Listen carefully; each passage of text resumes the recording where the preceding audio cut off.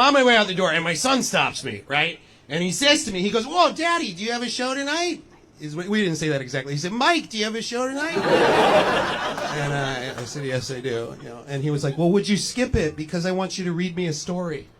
Tuck me in, put me to bed, have a relationship with me." I know. I was like, "Buddy, I'd love to, but there are 84 complete fucking strangers on the roof of a troubled company by the river. And they need to hear about Daddy's balls. So, like, I don't know what to tell you, you know? Maybe learn to read, put yourself to bed, stop asking for a fucking handout all the time. You're 4 years old, it's ridiculous." It turns out he's 6, but the point is... We were sitting around the table one night, my husband and my 2 kids, and somehow the word divorce came into the atmosphere. I don't even know how. We weren't talking about it. I was definitely thinking about it, but we were not talking about it. At the same exact time, both kids looked at each other in sheer fucking panic and went, "We're going with Dad."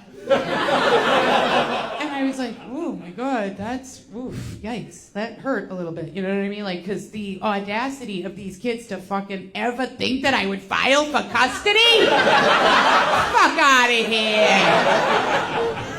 You want to be with me? I want to see some fucking Hunger Games shit, okay? I want to fight to the death. I only want the strongest one.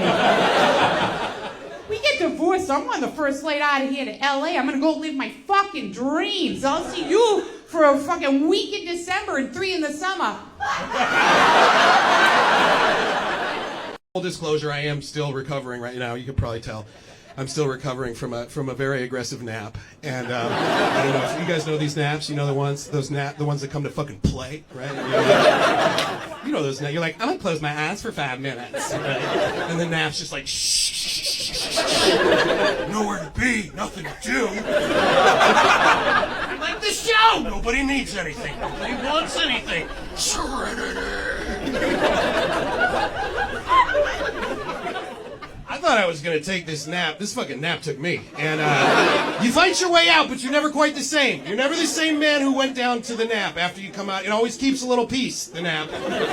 Then you try and go down at the end of the night, and it's like, nah, you had your chance, bro. How about you lay awake, wonder why you weren't kinder to your parents? Why don't you do that instead? We get to the base of the Smoky Mountains. There's this beautiful national park. They are breathtaking. I mean, just absolutely gorgeous. But I got my mom's spidey sense started to tingle a little bit, and I was like, yeah, one of them's gonna ruin this. And and sure enough, out of the back seat, I hear, "Hey, Mom, you know what a gangbang is?" And I was like, I'm trying to lead a life of honesty, so I was like, "Yeah, I do." And he's like, "First you go to McDonald's," and I'm like, "Oh, I know that." It's like, you buy a McDouble and a McChicken, you take the bread out, you mash it together, and that's a gangbang. And I was like, sweet baby Jesus, thank God. That's what he thinks a gangbang is? I'll take 2. I think about this a lot, though. What if I had started to tell him what a gangbang is? Well, Ted, you know, sometimes when a mommy and a daddy and our neighbor Paul all love each other very much. The other thing is it's called a McGangbang, which makes McFucking sense. Fun fact about copper IUDs. They don't know why they work. They know that they do, but they're not sure how. The best explanation we have is, hey, paper beats rock, copper beats baby. I don't know. Stop asking so many questions. I like to think it's up there like a little Olympic gymnast holding the Iron Cross, just like, got this, just focus on your career. Hawaii is the most beautiful place on earth, by far. Hawaii is also the most racist place in America. Easily. Here's the thing, though. The only racist to white people. I don't know what you did, but you really pissed them off. Does anybody know what they call white people in Hawaii? Howlies. Howlies. A few of you have been called. Call them howlies. That sounds so racist. I was at a bar in Honolulu, and this white guy was getting kicked out of the bar, and this Hawaiian bouncer physically throws him out of the bar. And he goes, "Get the fuck out of here, you Howley piece of shit." And then he spit on him. And then I bought a timeshare. I was like, yo, this is a place I can live. Like, I should try this out for a little bit, just see what it's like. Massachusetts, nobody believes in God, okay? Now, we're not rude. We're not rude. We're not atheists. That's fresh. So we do go to church, but you are not supposed to believe. Okay, you start talking about God outside of cussing someone out when they cut you off on the highway, we're freaked out, okay? What's going on, Joel Osteen? Shut it down. You took it too serious, okay?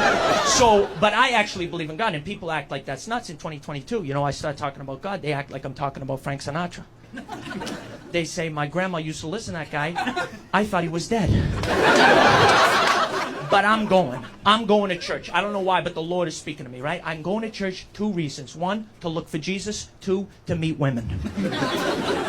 I don't know if Jesus is there.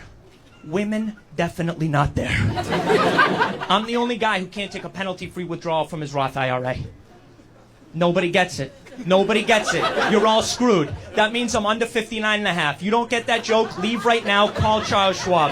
You're in danger. I'm worried for you people. We're on a rooftop. You have no retirement. You're making me sick. I'm crazy. I'm Christian. You all believe in Social Security. That's insane. Okay? All the rules around drinking and just weird. You got to be 21. Why? Says who? Why? Why 21? Why not 20? Why not 22? What's special about this number? You know how many other dangerous things you can do before you're 21? You can drive a car. That's very dangerous. You can be the police. That's very dangerous. You can be the police at 18. You can be in the war over there fighting for our freedom and safety at 18. All right? Put it into better perspective for you. You can do at 18. You can suck legally, pay taxes, have kids. You go to work, you have a hard day at work, you get off, you sticky, you crunchy, you're on fire. You go home to 3 screaming kids and you gotta drink a Capri Sun? What? Give that bitch some tequila, she deserves it. I think there's different levels of depression. I have what I like to call the medium kind. You know, just right here, just the healthy amount, you know? Just enough to keep me humble and likable. You know, like a regular guy.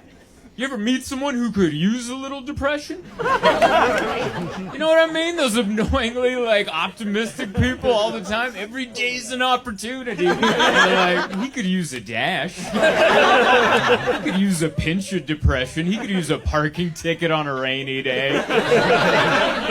Yeah, I have the healthy amount of depression, you know? Like, I would never kill myself, but I would like to die naturally soon. I don't think there's anything wrong with that. That's just called being a human being. You know? Like, I would never do it, but can we pick a day? Tell me where to be. I feel like some of you get it, some of you don't. Like, if I was on a plane and it was going down, I'd scream, but I wouldn't be the loudest. I keep thinking Uber drivers are gonna murder me. I keep reading about them abducting women, so I just get into the car as heinously as possible. Anyone else? I'm just like, what's up? Oh, you like hamsters? It itches. I don't know why. Just anything to make the driver be like, okay, yeah, maybe the next one. Wow. I do like therapy, but I feel like it's a very well-intentioned pyramid scheme because every time I go to therapy, I come back and I say to my husband, I'm like, my therapist and I think that you need to go to therapy. So my husband finally decided to go to therapy. And I texted my therapist. I was so excited. I was like, oh my God, who are we going to send him to? And I'm not kidding you when I say she sent me the hottest person I've ever seen in my entire life. This bitch was wearing a choker in her professional headshot. Nothing says I suck dick to trick my Fitbit.